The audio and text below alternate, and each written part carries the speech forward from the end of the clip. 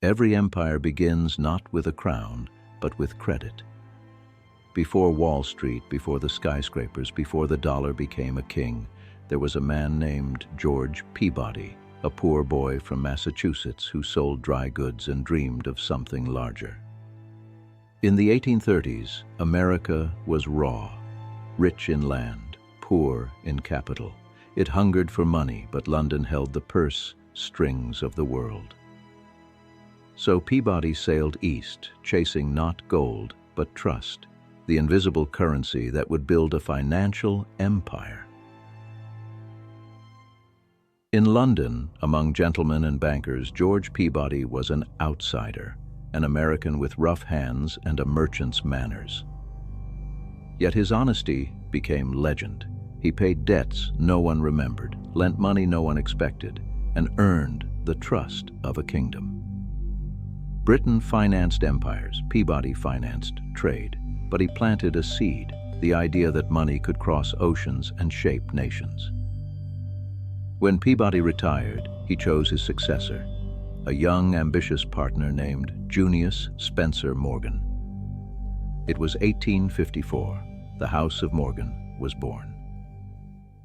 Junius was not a gambler. He was a strategist. He forged alliances with London's merchant elite, linking old world wealth to new world ambition.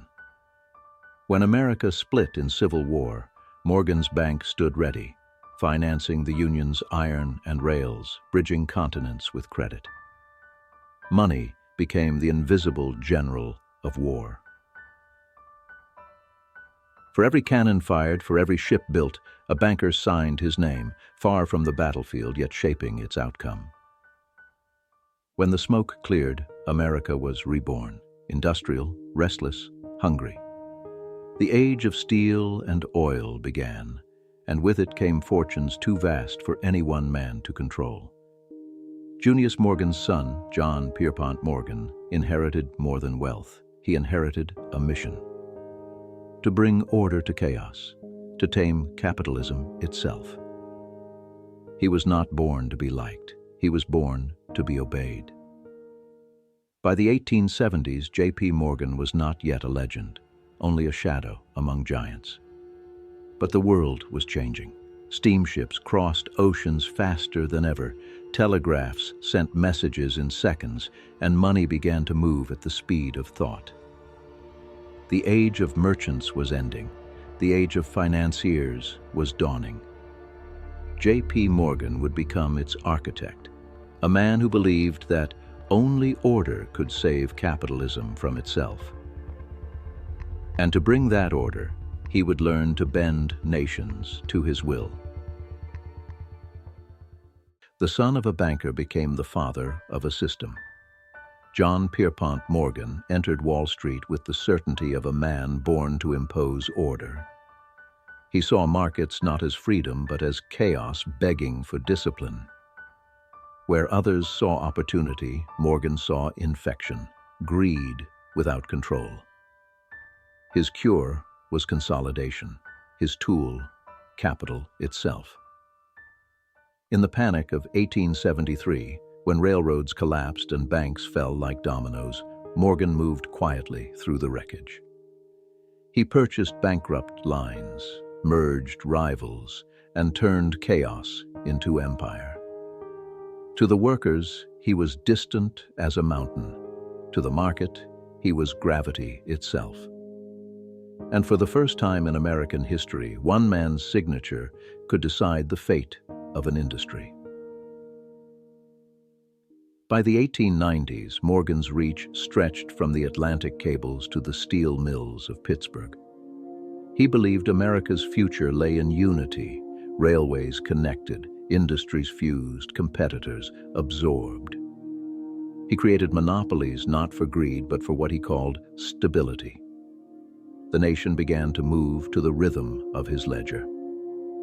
Rival tycoons, Carnegie, Rockefeller, Vanderbilt, all eventually stood across his desk.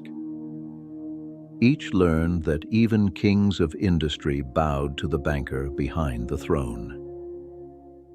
In 1901, Morgan performed an act that crowned him emperor. He bought out Andrew Carnegie's steel empire for $480 million, the largest deal the world had ever seen. Out of that transaction, he forged U.S. Steel, the first billion-dollar corporation on Earth. The New York Times called him the Napoleon of finance. In the temples of money, Morgan was now both pope and emperor. Yet power always breeds resentment.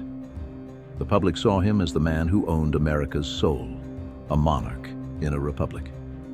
Cartoons drew him as a giant octopus wrapping its tentacles around Congress, railroads, and the Treasury itself. Politicians attacked him in hearings, preachers condemned him in sermons. But when panic returned in 1907, it was not Washington the nation called, it was Morgan. Banks failed, markets trembled, crowds gathered outside the New York Stock Exchange. And in his library on Madison Avenue, J.P. Morgan locked the doors behind the nation's richest men. He forced them to cooperate, to save the system or die with it. For 48 hours, he became America's central bank by will alone. When the crisis ended, the market stood, and so did his legend. The people feared him, the government envied him, but the economy obeyed him. By 1910, J.P. Morgan was no longer a banker. He was the axis around which capitalism revolved. Presidents consulted him, monarchs feared him, even crises waited for his approval before arriving. He controlled railroads that crossed continents, telegraph lines that spanned oceans, and industries that built nations. The United States had become a financial monarchy, and its king sat in a private library under a glass ceiling of constellations. But even kings answer to the tides of time. The new century brought storms of change, progressives, labor unions, populists. They saw Morgan not as a savior, but as the enemy, the embodiment of greed and control. In 1912, Congress summoned him to testify before the Pujo Committee, investigating the so-called money trust. The world saw not a titan, but an aging man with tired eyes and a violet nose, a human face behind a myth. When asked if power was dangerous, Morgan answered quietly, "A man I do not trust could not get money from me on all the bonds in Christendom." He spoke of trust as though it were divine, but trust had begun to shift, from men to systems, from families to institutions. America no longer wanted kings of finance. It wanted laws. The government that once needed Morgan now sought to replace him. In 1913, 1 year after his testimony, the Federal Reserve was born, a national bank designed to prevent future panics, to regulate credit, to distribute power. In truth, it was Morgan's system, institutionalized without his name. But fate is unkind to those who build worlds too large for their hands. In 1913, while traveling in Rome, J.P. Morgan died, surrounded not by clerks or kings, but silence. The man who had ruled money died owing nothing, owning everything. His death marked the end of an era, the age when finance was personal, when a single handshake could steady a nation. Yet his empire, J.P. Morgan and Company, lived on, expanding under new heirs and new rules. The House of Morgan financed World War I, floated loans to Britain and France, and transformed war into business. Every bullet, every bond, carried the faint signature of its banker, kings. Profit and patriotism blurred. The same credit that rebuilt nations also shackled them in debt.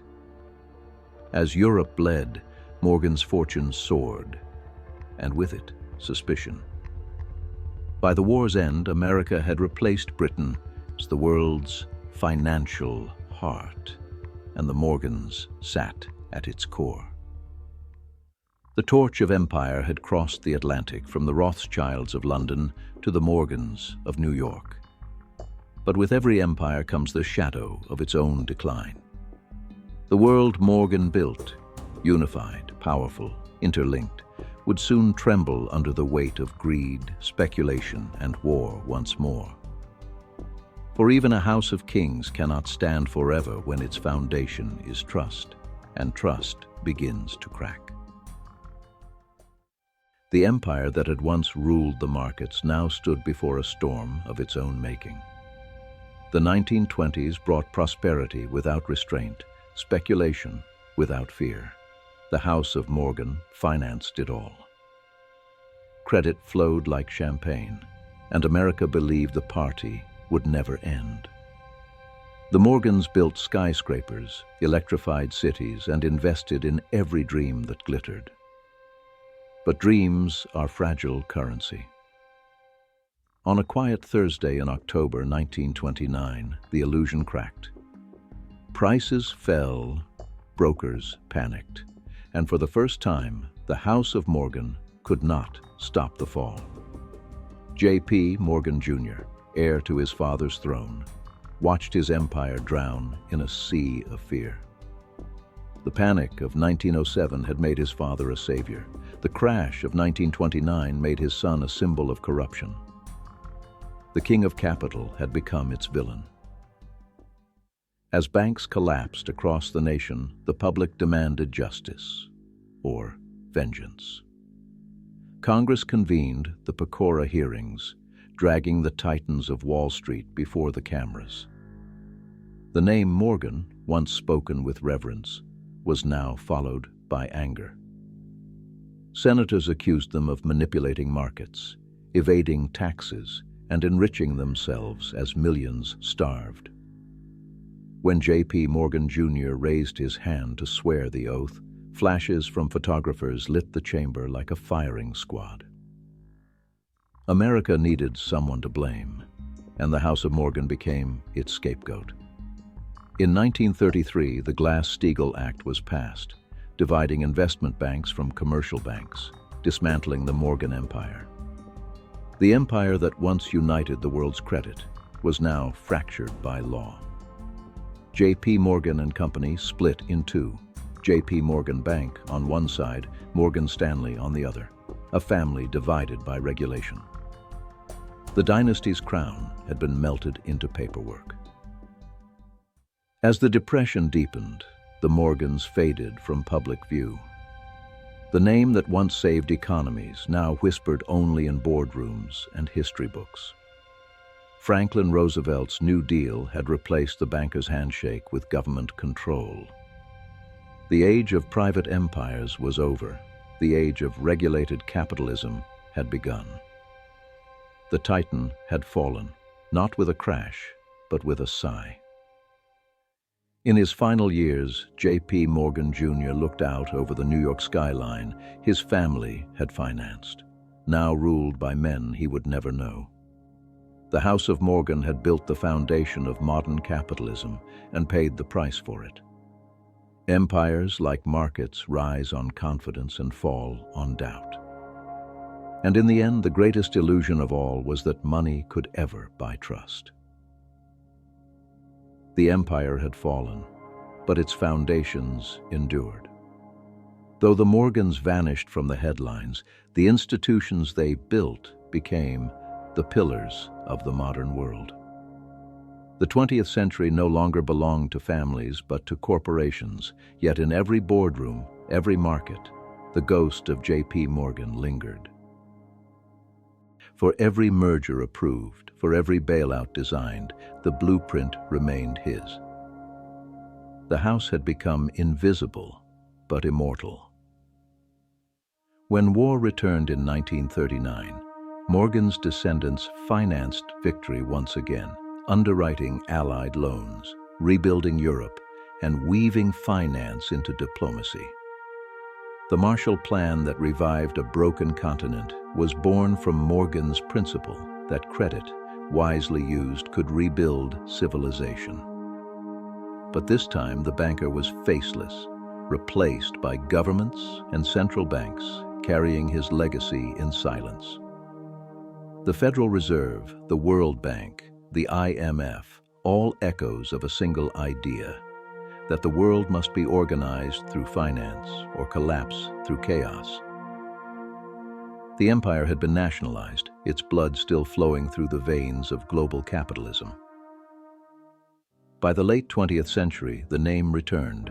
J.P. Morgan merged, evolved, survived every transformation. The Glass-Steagall Act that once broke the house apart was repealed, the walls came down, and the empire rose again in digital form. J.P. Morgan and Company became J.P. Morgan Chase, a new colossus, larger than nations, older than memory. In the 21st century, its influence extends across data networks, markets, and governments, unseen but undeniable. The House of Morgan no longer belongs to one man. It belongs to the system itself.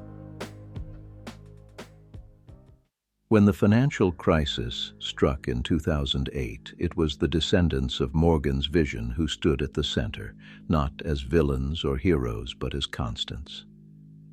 Governments once again turned to the banks, the same way a century earlier they had turned to one man.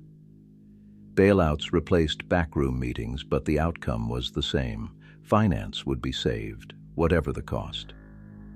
The age of Morgan never truly ended. It simply became impersonal, digital, algorithmic. The banker's soul had become the machine's code. Today, the name remains etched on glass towers that pierce the sky. Few remember the man who built them, the stern gaze, the violet nose, the ledger balanced with iron will. But in every digital transaction, every loan, every balance sheet, the legacy of Morgan breathes. From George Peabody's humble trade house to J.P. Morgan Chase's global reach, the empire has transcended bloodlines and borders. The house still stands, not of marble and wood, but of systems and screens. The story of the Morgans is not just a history of money, it is the story of civilization's most dangerous invention, the illusion of control. Power once had a face, now it has a logo. We no longer bow to kings, but to systems, vast, efficient, and unseen. And in that silence between transactions, the spirit of the old banker still whispers, "Order must be maintained."